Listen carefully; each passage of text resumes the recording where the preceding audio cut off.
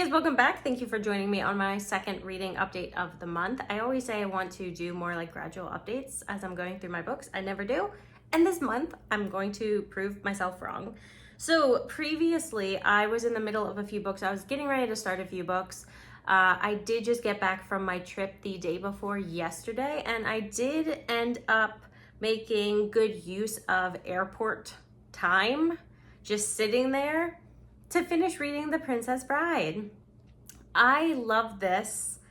In my last portion of the video, I was talking about just how playful and lighthearted it is, and it's a fairy tale that doesn't take itself too seriously. I continued loving it all the way to the end. If you really like this movie, but you want maybe some additional information on some of your favorite characters' backstory, this is for you. If you just want something that is fun, it was just a fun reading experience. And those books that I'm having such an enjoyable time really stick in my mind, and this is definitely one of them. I think I ended up giving this 5 stars. Initially, I gave it 4 because I'm so stingy with my 5-star reviews. But I had so much fun. I didn't want to put it down. It made me laugh. It made me smile. I just felt light when I read this book, which is something that I don't get a ton when I'm reading, probably because of the type of books that I tend to pick up. So I did end up switching it up to 5 stars. So this was fantastic. I loved it. The next book that I did start, I haven't finished yet, but I am so close to being done. I'm on chapter 52. And there's only, how many chapters are there? I'm trying not to read any of the words because this ending is supposed to be an ending. 54, oh my goodness, I'm only 2 chapters and an epilogue away from finishing The Snow Child by Eowyn Ivey. I'm still trying right at the end to determine how I feel about this book and whether the feelings I have are intended by the author or if I'm just kind of going off on weird tangents and seeing things that aren't there, feeling things that I necessarily shouldn't be feeling, I guess. Okay, let's talk about this book. This is supposedly a retelling of a classic fairy tale. This takes place in Alaska in 1920. In Alaska, we follow a married couple, Jack and Mabel. Mabel, is your name Mabel? Mabel. And they are getting a little bit older. They live on a homestead, they farm, and it's really difficult work. They were never able to have children, which really weighed heavily on both of them, but specifically Mabel. She ended up having a miscarriage, really tore her up inside. Their relationship just hasn't been the same since. Mabel's father was a pretty well-known professor, so she had a really good life. But she never really felt free. She never really felt like she belonged there. She always kind of felt like an outcast, slightly awkward. She marries Jack. They go out to Alaska to try to kind of build their own space. And they love the idea of working the land, making a life for themselves. They've been there many years now, and it's getting to the point where they are just barely getting by. Jack is feeling a lot of the kind of physical tolls that farming takes on his body. Mabel is not doing well mentally. She doesn't really have any friends there. It's very isolated. We begin the book with her actually going on the ice that she believes is thinning. She's hoping essentially that she's able to die, but afterwards people won't think it was a suicide. So one day, it's snowing, her and Jack are out in the yard, and they have this kind of rare, touching moment where they make a little snow child. And the next morning, they see a flash of color, and the mittens and the hat that they put on the snow child are gone. And suddenly there's this girl, this like wild girl, really blonde hair. Cold doesn't seem to affect her, and they just see glimpses of her running through the woods every now and then, but they can't really talk to her. They can't get in contact with her. They can't catch her. She seems to just know the woods really well. A large portion of the book wavers between, is she this snow child, this supernatural being that was kind of brought to life by Jack and Mabel, or is she a girl who lives in the area who's simply gotten lost or is attempting to live by herself? And for a while we go back and forth between the two. Eventually Jack and Mabel are able to cultivate a relationship with the girl, and they see her as this daughter that they never got to have, grow very attached to each other. But the girl doesn't do well in the heat, and we don't know, is this supernatural, is this psychological? But she never stays the summer with them. She'll visit them through the winter, but when it starts to get warm, she goes back up into the mountains. And this happens for several years. Towards the end of the book, another person is brought in that captures her attention. I don't know how much to give away because I don't know how this book ends, but I have heard that people love or hate the ending, that it's like a surprise ending. I'm leaning towards it being more of a tragedy just because of how the original fairy tale goes. Jack and Mabel, they love this girl. They want good things for her. They want to protect her. They want to provide for her. But she is very much seen as a wild thing that belongs outside. She's kind of a force of nature. And there's this impression that they're trying to control her, trying to tame her, trying to cage her, but they don't think of it as caging her. And it's just this unsettling feeling that those two things are going to meet and erupt and have very disastrous effects. I don't know if, again, that's just me reading into it a lot or if that's intended. Something happens, I'm not gonna say, but Faina, did I say the name of the girl? Her name is Faina. Something happens that no one was expecting, and Faina's options become way more limited because of this. And a lot of people around her are suddenly deciding, this is what you're going to do, this is when you're going to do it, this is where you're going to do it. And I just don't like it. I don't like what happened to her that's causing this, because personally for me, because that is never something that has drawn me. And I think that especially is what's giving me sort of a claustrophobic, trapped feeling. Maybe that the book isn't intending.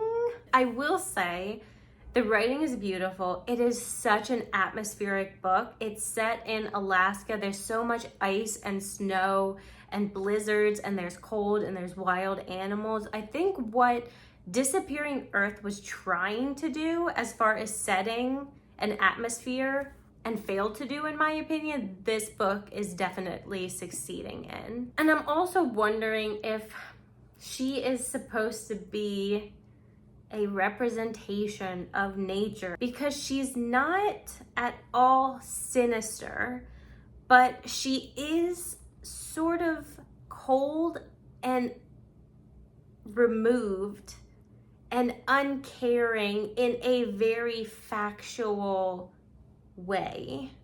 But again, that could just be my personal feelings. I don't know. I don't know what the author's trying to say. Is this supposed to be something about the environment and how humans treat our resources? There's a lot about trapping animals in here, and there's one boy specifically, the neighbor's son, his name's Garrett, who takes such pleasure and joy in trapping animals. This is Alaska. This time period, you learn to live off the land, and you have to go out there and find your food. You're not just going to like a grocery store. Like, this is required for survival.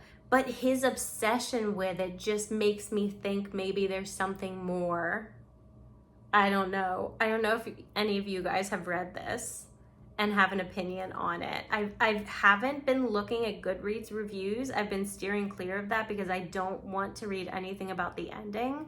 But who knows, maybe after I read the ending, this will all have been for naught and it will take it in a completely different direction. Also, Shipwrecks. This is one of the books that I chose out of the jar to try and read this month. This one's not working out at all. And a lot of it is like the amount of writing and underlying in here is just really distracting me. And I don't want to read this right now, but I do still need to make some progress because I've got a lot of books that need to go up on my shelf. So I am going to, because I finished Princess Bride, I'm going to choose another book from here, and also Shipwrecks.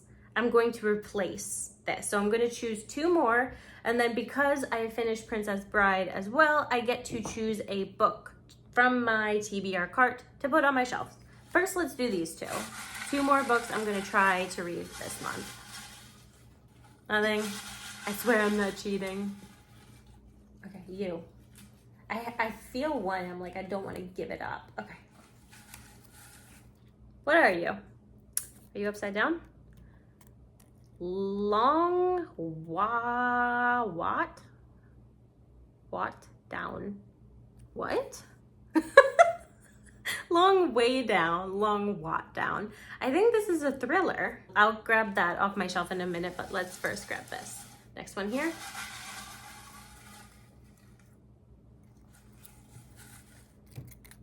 Beneath the Beautiful Forevers.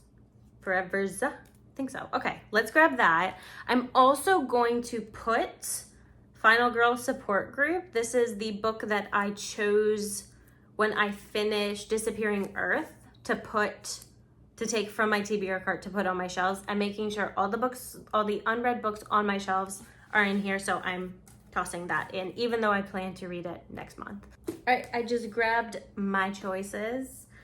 Behind the Beautiful Forevers, I think I said beneath.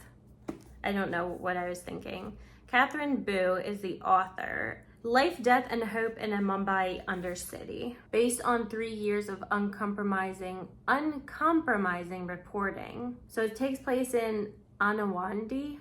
I've had this on my TBR for a while, but I don't typically read a lot of nonfiction. I think this will be a good addition to give me a little bit something different with my monthly reads because they're pretty much all fiction. And I've just heard really good things about this. Okay, and then Along is just Long Way Down, not A Long Way Down. Here it is. Jason Reynolds, National Book Award finalist.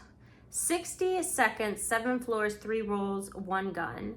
Will's older brother Sean has been shot, dead. Will feels a sadness so great he can't explain it, but in his neighborhood there are 3 rules. Number 1, crying, don't, no matter what. Number 2, snitching, don't, no matter what. Number 3, revenge, do, no matter what. Oh no! No! This format. The whole book is like that. No! I would not have bought this if I knew that. Dang.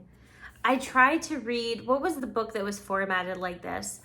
Tons of awards, really positively received, and I could not read it. This would be like a really quick read though. I would just have to like be moving a page like every 3 seconds because each page has like 2 sentences on it. I don't understand what people get out of this format. Like, I know it's different and it's unique, but I don't like it. I'm trying not to pick books and then be like, oh, I don't feel like that, I'm just gonna choose another book. I did it with this one. I'm so tempted to do it with this one, but I'm gonna try and get through this because the whole point of this month is getting through a lot of the books on my shelf, whether I want to read it or not. Let's go to the book that I do want to read, and it's been on my TBR. This was recently purchased. And I'm gonna go ahead and get it on my shelf. And that is The Halloween Tree by Ray Bradbury. Isn't it so cute? This is for obviously Halloween next month. Look at the witches flying through the sky. I'm going to continue reading Snow Child. I should finish that tomorrow, if not tonight. I still haven't started Hard Mouth, and I am also going to start Geek Love because I was going to read Geek Love, either Geek Love or The Snow Child, but they both came in to Libby at the same time, and I'm just going to go back and forth between like physically reading them and then listening to the audiobook of those. So let's keep going. We're making pretty good progress though. Welcome back. It is the following day and I did successfully complete The Snow Child by Eowyn Ivey. When I previously spoke about this book, I was feeling conflicted on what I was supposed to be getting from it, what themes, if I was just coming out of left field with some of the connections that I was making to nature and the environment, and also perhaps women of this time period kind of being forced into a life of being wives and mothers that they would not have chosen for themselves. Nature, how it supplies us with food and water and light and heat, and we love it and we're in awe of it when it provides for us, but when it doesn't act the way we want it to, we attempt to control it, or we get angry at it, or we start abusing it. I was hoping the ending might confirm whether those feelings were valid, and it didn't. I still have no idea if those were themes that the author was trying to convey, or if I was just making odd connections in my head. And that's one of the great things about books, is they're very subjective. That's what I got. I don't know what to tell you.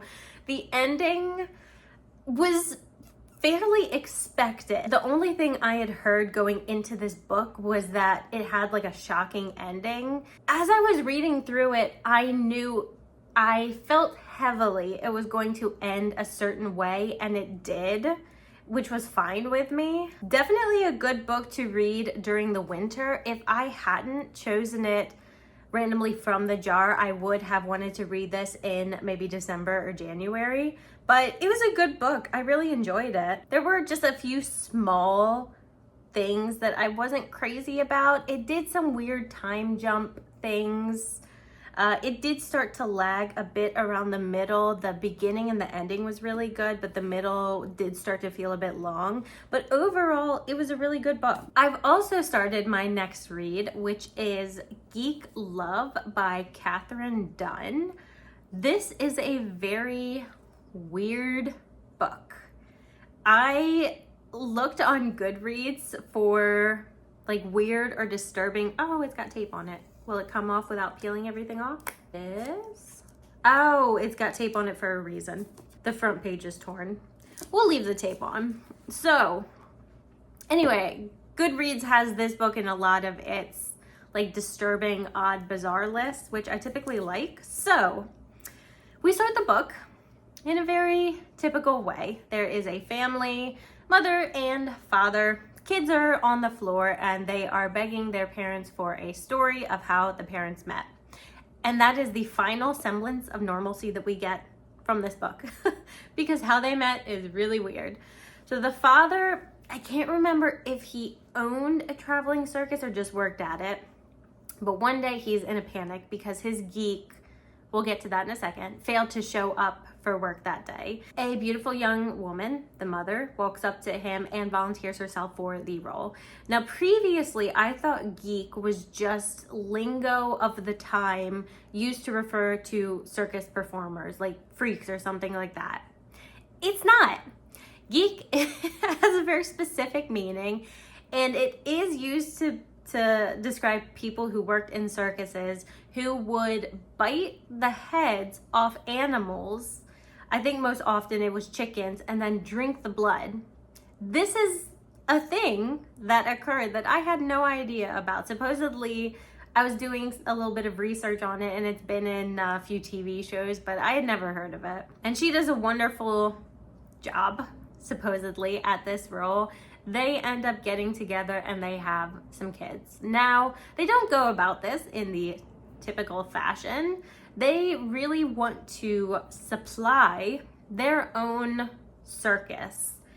And to do that, to have the most unique, different, special kids, the mother takes arsenic, poison, methamphetamines, radiation, exposes herself to all this stuff during her pregnancies so that her children come out deformed or special in some way. They have 5 kids. The first kid has flippers for hands.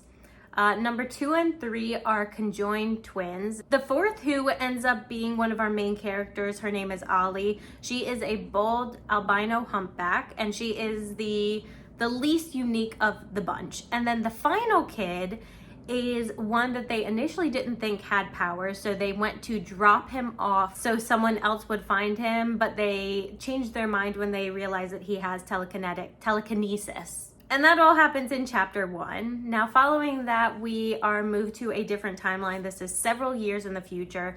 Ollie has a daughter. I can't remember what her name is, but her daughter and Ollie and her mother all live in the same building, but none of them really know each other. Ollie had given up her daughter when she was very young, I believe 17, to a convent. And they will talk occasionally in the hallway, but Ollie pretty much avoids her because she doesn't want her secret to be found out. The mother also doesn't recognize anyone. She's mostly blind. She's to no one's surprise because of all the things she's exposed herself to. She's pretty much lost her mind, lost a large portion of her memory. And the rest of the book, at least how it seems to be going, is how did they come to this? How did Ollie have this kid? Why did she give her up? How did the family split up? They were kind of equally revered and despised across the country. They really made a name for themselves. But now they are either dead, I think a lot of the children might be dead, or separated. I think one of the kids becomes one of our main villains. I think it's the youngest with like telekinesis. Is there a difference between telekinesis, I don't know. He has the ability to like read minds. That's what I'm trying to say. I think it's reading minds at least. I don't know. I haven't gotten that far. I'm only like 3 chapters in and this book is going fast. Okay, so here's a little snip of the book that I think kind of conveys pretty well the overall vibe. I was born 3 years after my sisters. My father spared no expense in these experiments. My mother had been liberally dosed with cocaine, amphetamines, and arsenic during her ovulation and throughout her pregnancy with me. It was a disappointment when I emerged with such common deformities. My albinism is the regular pink-eyed variety, and my hump, though pronounced, is not remarkable in size or shape as humps go. My situation was far too humdrum to be marketable on the same scale as my brothers and sisters. A bald albino hunchback seemed the right enticement towards the esoteric talents of the rest of the family. The dwarfism, which was apparent by my 3rd birthday, came as a pleasant surprise to the patient pair and increased my value. From the beginning, I slept in the built-in cupboard beneath the sink in the family living van and had a collection of exotic sunglasses to shield my sensitive eyes. There are a lot of really graphic, like grotesque scenes in how a lot of these people are portrayed, some of the shows that they're in. It's very exploitative. So some of the scenes did leave me feeling like really gross, like I was reading something I shouldn't be. And then some of the scenes, the way that the characters, like our main character is conveying information, recalling her childhood, some of it is like almost charming. So it's going in some really weird directions. I'm really excited to see how this goes though, so I'm gonna continue that one. I also have 2 books here I'm going to be unhauling. The first is this mass market edition of East of Eden by John Steinbeck. When I joined the book club for this, I really wanted to be able to notate a lot of what I was enjoying. So I got the much larger edition where it's way easier to do that. I'm gonna get rid of this one. I do not like those tiny mass market editions. And then Portrait of a Lady by Henry James. It was just very long and droning, and it wasn't keeping my attention. So I'm gonna unhaul those 2. And then because I finished The Snow Child, I get to take a book from my TBR. I did choose the book I'm gonna go ahead and put on my shelf, and that is The Ballad of Never After by Stephanie Garber. This is the 2nd book in the 2nd series. I went through such a shift when I read that first series. The first book, it was many years ago at this point, but I specifically and I so vividly remember having such a good time with the first book. I think I ended up giving it 4 stars. I couldn't read it fast enough. I could not put it down.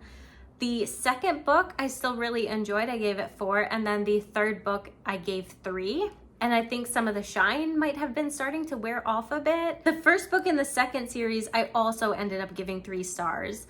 So I'm wondering if there was a bit of an age difference between when I read the first book in the first series versus when I'm reading some of the more recent ones. So I'm wondering if some of the tropes as I get older are just becoming a bit more apparent or not working as well for me. There's just so much magic and glitter and wonder and creativity, really descriptive world, which I enjoyed a lot. I know some people thought it was a bit too descriptive.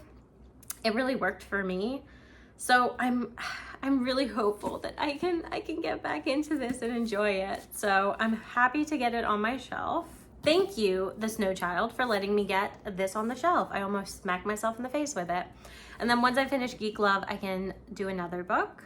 Hardmouth, I still haven't started, and Long Way Down, I haven't started yet, but I just picked that yesterday, so we still have time. Hey guys, welcome back to the end of the September reading vlog, just in time because October is a day away and I need to get started on my horror book. So I did finish 2 more books, and then I didn't finish 2 books that I selected from this jar, so I did go ahead and add them back into here for next time, and that is Long Way Down by Jason Reynolds and Hardmouth by Amanda Goldblatt. Yeah. This one, I only read a page or 2. This one I got a few chapters in. I just really did not like the format. I did finish 2 more books this month, Geek Love by Catherine Dunn and Behind the Beautiful Forevers by Catherine Bu. Oh yeah, they're both Catherine's. I just noticed that. They are both very heavy books, but in very different ways. The first book that I read and finished was this one, so let's talk about this. Catherine Bu is a reporter who wrote pieces, I think, on poverty in America originally. She won a Pulitzer for it, and that is very much her background. She comes from a reporting, investigative background. And I read that she spent 2 years at the location of this book, which is Anawadi. It's a slum near the Mumbai airport. I don't know if she actually lived in the slum for 2 years or if she lived nearby and would just visit it a lot, interviewing people. But this was so good. This was really eye-opening. As much as in the first world countries, we tend to complain about how the world is on fire and the sky is falling and everything's a mess. And don't get me wrong, there are some important issues going on, but compared to these people's lives, we really don't realize how good we have it, honestly. And reading something like this will make you so grateful living, I live in the US, living where I do. This is set in Anawadi. It's a slum, dirty water. Pretty much no one has a job. Technically, no one is actually allowed to live there, but the government can't really do anything about it because there's nowhere to put all these people. People will steal metal from the nearby airport and try to resell it to make money. There are trash collectors who will dig through everyone's trash and try to sell it to make money. The water that everyone uses has human waste and animal waste in it. There are rats everywhere that will bite you, turn infected. No one can afford going to the hospital. Everything is so corrupt. A huge part of the book deals with political and police corruption, and it is so prevalent and it is just so widely accepted. It's infected absolutely everything. So it's almost at this point like there's nothing to be done about it. A lot of people almost feel that way. There's a really interesting line in the book. One of the characters is kind of ruminating on her life and talking about how corruption has stolen so many opportunities from these people, but it is still one of the few opportunities that they have to better their lives. So this one woman who lives there is trying to become the first female slumlord, which gives her some taste of power and a little bit of money and being able to afford food. And the only way that she can do that is pretty much screwing over everyone else who is less fortunate than she is. And her daughter, I think it's her daughter, is looking to be the first college graduate of Anawadi. There's so little education. There's a lot of tension between the Muslims and the Hindus in the area that often turns violent. People are arrested for things that they didn't do. They're threatened by the police and the doctors. Like in this one instance, a boy is arrested and the doctor threatens him saying, if you don't give me money, I'm gonna tell the police that you're actually 25 years old instead of 17 years old, because that'll make a difference later on. Several of the young people in the book, especially the women who feel really trapped by kind of impending marriages or being forced into prostitution or something like that, kill themselves using rat poisoning. And it's just such a common thing that people know exactly what to do and the warning signs when someone does this, and what to force in their mouth to get them to throw up. It's really fascinating because I had heard that there's a lot of corruption in India. I've never been there, so obviously this is all secondhand knowledge that I'm getting, but it delves into some of the foreign charities that give money. Like I think one of the ones that was named was World Vision, and it was talking about how they'll collect money and send over there for clean water sources or bathrooms or schools, and it'll be used like one of the slightly upper class, not really upper class, but can afford food, will use it to buy a bathroom that only he can use. So it's going for its intended source, but everything is very twisted. It was a really eye-opening book, very sad. It is just so bizarre what humans can get used to living in, like the circumstances and stuff. But yeah, I would really recommend this one. I think I gave this 4 stars. So that was really good. And this was really weird. This was a bizarre book. I found it on a lot of Goodreads, like unusual, weird book lists, and it fits it. It definitely fits it. So I can't remember last time like how far I had gotten into it, what I was saying, but pretty much follows like a circus family. And we go back and forth in time. Our main character is Ollie or Oli. I'm still not sure how you pronounce her name. But she has 4 siblings, 2 sisters that are conjoined, an older brother and then a younger brother. Her older brother is this, not really a fish creature, but he has like fins. And her younger brother, initially, they don't think he has anything different about him. But it turns out that he has telekinesis. Am I saying it right this time? So he can move things with his mind, and he can also kind of control people's emotions. He can do a lot. Whew, this book, I still don't know how I feel about this book. Like, it kept my attention. It made me feel things. A lot of those things was like, I need to take a shower type of thing, or I need to read this in small doses. It was so well written. The characters were so interesting. Definitely disturbing. Her older brother in the book, whose name is Artie, it has some behavioral issues. Even as a child, he's always really jealous and controlling and possessive, and is always making sure that he is drawing in more crowds than his sister.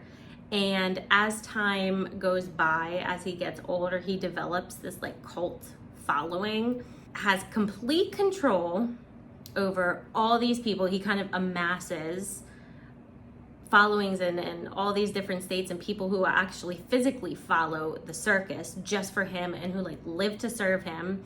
And the way that he controls those people and frees those people is pretty much through chopping off of limbs. So when they are ready to show that they are truly devoted to him, they will start by like chopping off fingers and toes, and then maybe the wrist, and then maybe the elbow, maybe the whole arm. And then people get, there's like a Dr. Frankenstein characters, and people will get like lobotomies. But the only people that he can't control are his siblings, and does some pretty twisted things to them.